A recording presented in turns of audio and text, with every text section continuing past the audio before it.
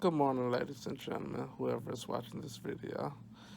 I hope I have slop on my mouth. I don't look like I do. I've been a little asleep. As you can see, it's daytime outside. Yeah.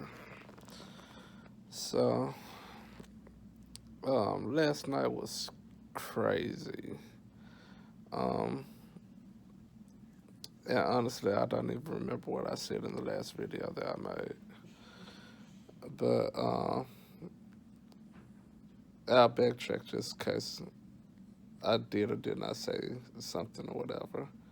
If I repeat something, it is what it is. So, I know I mentioned that we did decide to do or get a C-section. Did I mention that? Yeah, I think I did say that. So, we went ahead and decided to do the C-section. Wife was really nervous about it. She wasn't really feeling the whole idea of having her first surgery being a C-section, but we went into this thing with the mentality, whatever it takes for our baby to get her healthy, that's what we're gonna do. So, C-section had the was the best option for us for a successful delivery on both parts, the baby part and the wife part. So, uh, the process pretty much was they came in, our OB came in. Well, I went to her. I told her that we are gonna agree on the C-section. She came and double checked with my wife, made sure that my wife was in agreement with it, and she went ahead to start the process up. Um, I had to put on a gown and the slippers and the face mask and all this other stuff, like I'm a surgeon or something. So, uh, they doped wifey up even more so than they already did, because they didn't want her to feel anything, of course. Um, she went into the operating room. They made me stay on the outside for the beginning part of it while I was gowning up. Um, why they wanted me to stay on the outside, I don't know. But they made me wait on the outside, and I gowned up, and then I was just waiting outside the operating room or the office area of the operating room. And it felt like they took forever to come and let me know that I could come back there again. But by the time I went in the operating room, that was already mid procedure. So they came and told me to sit down. They had the little curtain up or whatever, so I can only see um, my wife's face part, the upper part of her body, which is good because I didn't want to see the surgical part and the blood in the gut. So it was a lot going on up in there. I saw how much blood was on the floor. Looked like a crime scene. It was crazy. Blood just everywhere on the bed and everything. It's like, God, looked like a movie or something. But anyway, um, I went and sat down. My wife, I couldn't tell if her eyes were open or not, so I grabbed her hand to make sure that she knew that I was there. So I held her hand or whatever. Um, and they started doing stuff or whatever. My wife had this. Um, at first, she looked calm, and then I guess as they started trying to pull the baby out, um, her face made little facial expressions like as if she was irritated. And maybe she could feel something or whatever. So that kind of concerned me. But she, we went through that whole process, whatever, for maybe about 6 to 7 minutes, and they they was like, oh, look at all the hair and all this or whatever. So I was like, okay, they must get far enough where they could actually see the baby. And they pulled the baby out, and we heard her crying. And I didn't see her yet. I just heard her crying at first. And that's like, Daddy, look at the baby, look at the baby. So I stood up, I looked at the baby, and she was crying and had her hair full of hair and stuff. And I kind of stumbled a little bit while I stood up because um, I think I got a little emotional or whatever. I'm not passing out. They thought I was going to pass out. They was like, "Are you okay? Do you need to sit down?" Like, no, I'm just a little misty eyed or whatever. But I didn't cry, but like I had a whole lot of water in my eyes. Like I could barely see. Like if I would have blinked like one more extra time, then a tear would have came out. So it's like that. But it was just a long dealing with the last passing of our first child, and the whole pregnancy experience. Trying to deliver this one was just a very extreme experience. So I did get a little emotional. It is what it is. I'm sorry.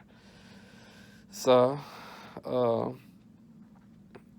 I looked at the baby. I saw how beautiful she was, and they took her and started wiping her down or whatever. I wanted to stay with my wife because I knew that she wasn't at the woods yet because they still had to, I guess, put stuff back in her and put it in the right place. So I don't really know what the process is, whatever.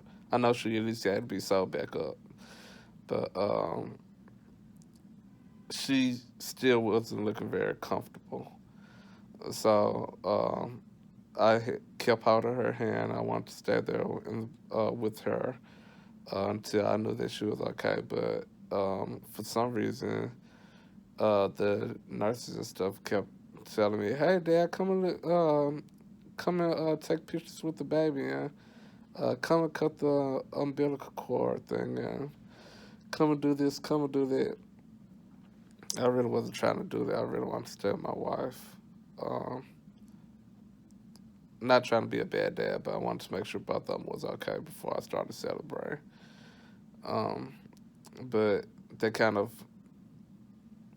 egged me on to do that or whatever. I don't know if it was something that they was trying to work on that they didn't want me to know about or what. So I was just like, I'm just gonna do what they say and let them pretty much do their job. So I went on ahead, went over there and took pictures with the baby and cut the umbilical cord, and I was just admiring how beautiful she was and just seeing the miracle that she was or whatever.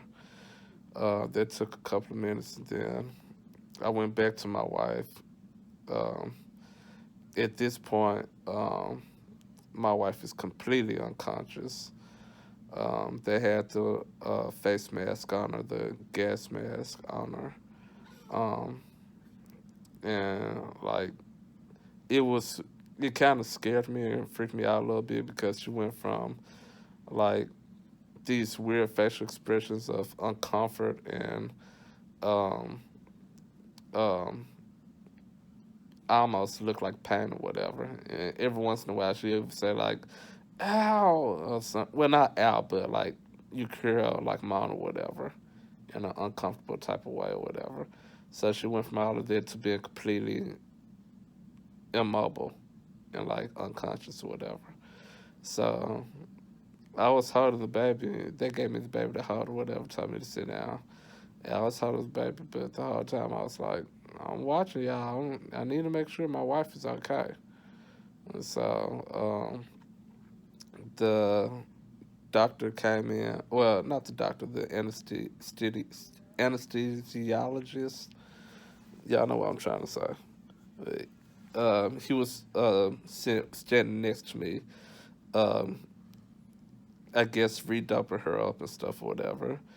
And he informed me that they gave her more drugs or whatever. Um, he told me the names of the drugs, but I can't remember what he was saying.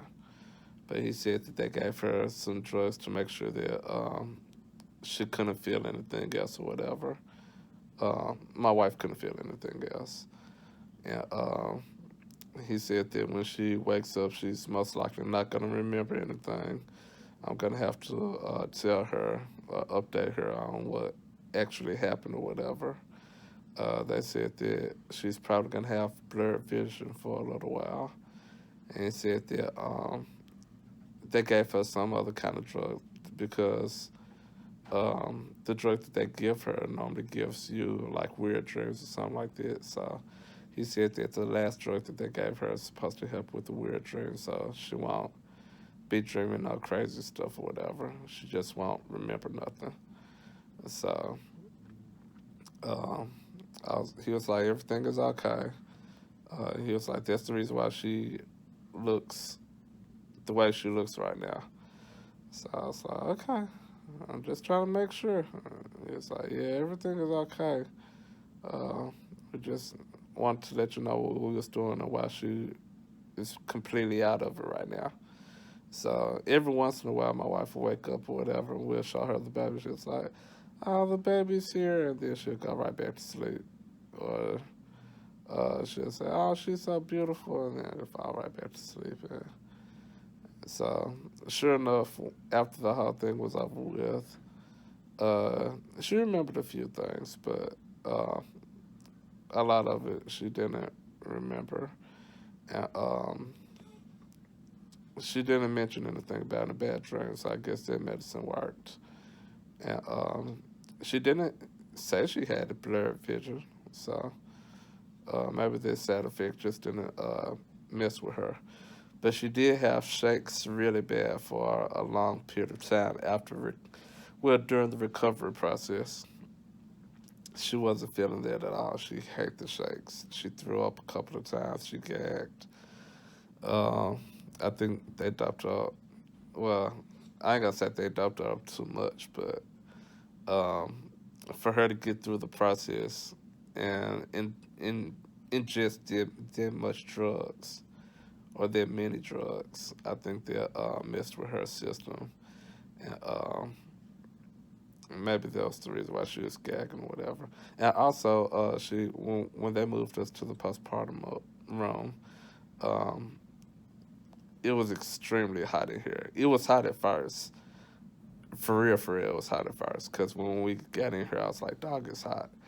And my wife immediately said the same thing or whatever, but she was still shivering or whatever because she had the shakes, but she was hot. But I turned the thermostat on in the room on the coolest level, and the room slowly started cooling down and finally got to a comfortable temperature. And but my wife was still like, it's burning up in here. I can't take it. Like she was just like, it's too hot. That's when she started gagging and stuff. And, I was like, at first I was with her. I was like, dude, y'all need to put us in another room or something. Like it's hot up in this room. And then when the room started cooling down, I was like, hold on, nah, this it's not the room, it's her. Like, and then I asked one of the nurses, uh, why was it she felt like the room was hot or whatever? And the nurse said it was like a hormones type of thing or whatever. whether it was whether there was actual information or not, I don't know because the nurse was not American, so there was a language barrier. So I don't know if she fully understood what I was saying or I fully understood what she was saying. But um, she's still kind of warm right now, but she's not hot the way that she was last night or whatever. Um, so yeah, that was that all night pretty much. Once we had the surgery and the baby came out, everything was all good. Um, they moved us to the postpartum room, and once they did that, I was able to go out and finally get me something to eat. I was starving at that. At that point, it was 12:30 at night, 12:15 at night, and I haven't eaten anything um, since 9, about 9 o'clock, 9:30 the previous night. So there was like 26 hours or something like that, 20, 28 hours, something like that, that I did not eat anything. I only even to drink, I only had like 2 small cups of water, maybe 3 small cups of water. So I had a splitting headache, and it's still kind of lingering right now. It's not as bad as it was. I never felt that weak before, ever. It was crazy. Even while I was in the elevator, getting ready to go, and my attempt was to go to Wendy's, um, but when I was in the elevator, I was just like, I cannot get this Wendy's soon enough. I don't know if I'm gonna be able to make this drive. Just because I was just like, my head is just killing me, and my body is weak. But I was like, I'm gonna get this food though, because I'm hungry. I kept testing my body. I was just like, okay, well, I still have my right mind or whatever. I was making jokes in my head or whatever, joking with myself. So I was like, I'm okay to drive. I finally made it back to the hospital, ate my food, and that was the best half lukewarm McDonald's I've ever had. Those were the best stir fries. Like it was amazing. So, and the other baby is here, and um, we have breastfed. As you can see, just like I said before, it's now morning time of the next morning. It's 9:28 at this point. Wife is, I think she's awake. So, I think she's awake. I'm resting. Huh? I said I'm just resting. Oh, she's just resting. Here. Yeah, she's here. So, and oh, I'm trying to get up so I can let you all see the baby.